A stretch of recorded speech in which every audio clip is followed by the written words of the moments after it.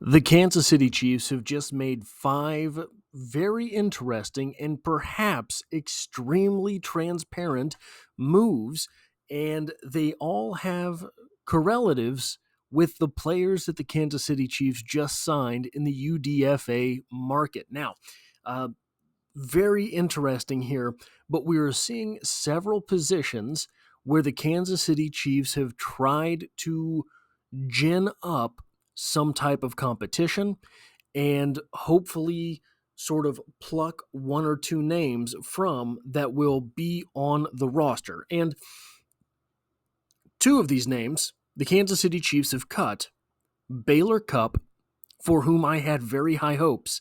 I actually thought that he was going to be a very, very interesting developmental prospect, and Anthony Firkser, which is sad because we hardly knew her. Now, this is not a one-for-one translation, but it comes out in the wash just one position group down. So Baylor Cupp and Anthony Firkser, both tight ends. The tight end position is a position where we have seen the Kansas City Chiefs try time and again to get 4 guys on their roster that they can count on. And they may have gotten one of the top free agents after the NFL draft in Jake Brizendine, the tight end out of Clemson, who goes 6'5" and 5/8 inches, 241 pounds, with a 4.75 40-yard dash, 31-inch vertical, and 9'7" broad jump. There was a video on the channel just yesterday where I talked about the Jake Brizendine signing for the Kansas City Chiefs and how it looks like he is. I thought that he was going to be destined maybe for a developmental year because the Chiefs had so many tight ends on the roster, but they do like to try to keep 4 on the active roster, and that might be even the emphasis on keeping backup tight ends might be heavier this year because the fact that they're probably going to want to limit Travis Kelce a little bit early, and Jared Wiley is coming off of an injury. So there is basically just Noah Gray on the roster right now that doesn't have some type of question mark surrounding him. And now Jake Brizendine is on the roster, at least it looks like at this point. So remember, 1 tight end signed, 2 tight ends cut. Moving along, 1 offensive lineman was cut, McCade Mettauer, who was an interesting case because even though he was a UDFA last season and had kind of no real claim to the roster, he got injured in the preseason, and the Kansas City Chiefs kept him around all season long on the IR. They never came to an injury settlement with him. I thought that this was sort of perhaps indicative of the fact that maybe they thought they had something in McCade Mettauer that would sort of come out in the wash on this year's roster. Maybe he would make the 53 this year, even though he didn't last year. But they have just parted ways with McCade Mettauer, and there are 2 offensive linemen to take that place. Each of these players has a video dedicated to them in the 2025 draft picks playlist here on the channel, where I've talked about all of the draft picks, and now we're making our way through the UDFA. So Esa Pole, who is 6'5", 323 pounds, did 23 bench press reps, had a 5.30 40-yard dash, 33 and 6/10 inch arms, 33.630, whatever that is translating to, and not a whole lot of particularly interesting physical things going on with Esa Pole, but he did not give up a single sack last year, and I think they have high hopes for him on the roster also. So remember, 2 tight ends cut, one tight end signed, 1 offensive lineman cut, 2 offensive linemen signed.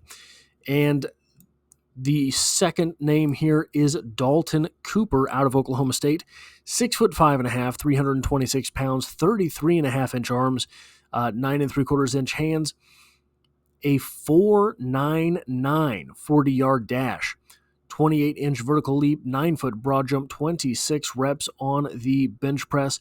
All of those are pretty respectable numbers. The 40-yard dash is a really good number there for Dalton Cooper.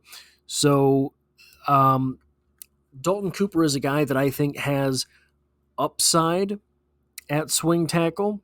I think that more than likely he is probably an offensive guard in the NFL, because I don't know that I see the athleticism there, which I know is a really weird thing to say about a guy that has the straight line speed of 4.99 while weighing 326 pounds. He did end his college career with a quote-unquote lower leg injury, so maybe he takes some time to bounce back from that.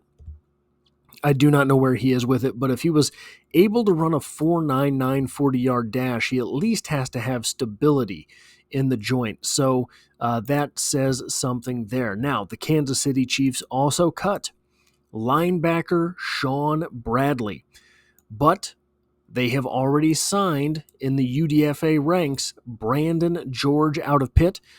Again, he has a video dedicated to him in the 2025 draft picks playlist here on the channel, and this is an absolutely elite athlete. So Brandon George goes 6'3", 246 pounds, 28 reps on the bench press, 33-inch arms, 4.65 40-yard dash, which is the only thing keeping him from being a 9.99 player. A 42.5-inch vertical leap. Absolutely incredible. 10-foot 8-inch broad jump, a 4.14 short shuttle, and a 6.98 three-cone drill. For the area on the roster where Shawn Bradley was going to be competing, that lower end of the roster, maybe the last linebacker on the 53. More than defense, you will be counted on to be a special teams player.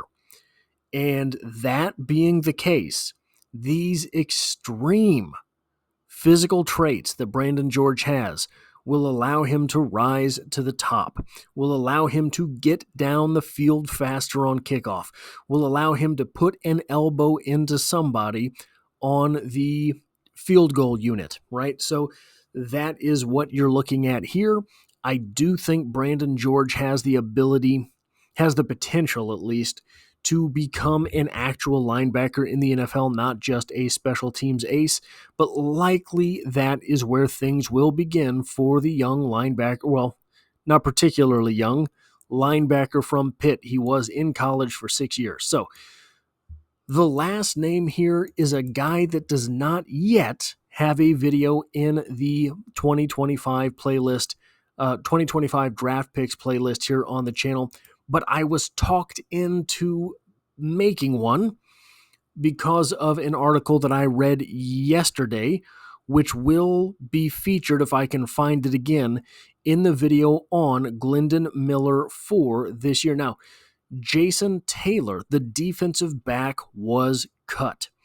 That is telling to me because Glendon Miller is a defensive back more than a safety, more than a free safety, more than a strong safety, more than a cornerback, more than a nickelback.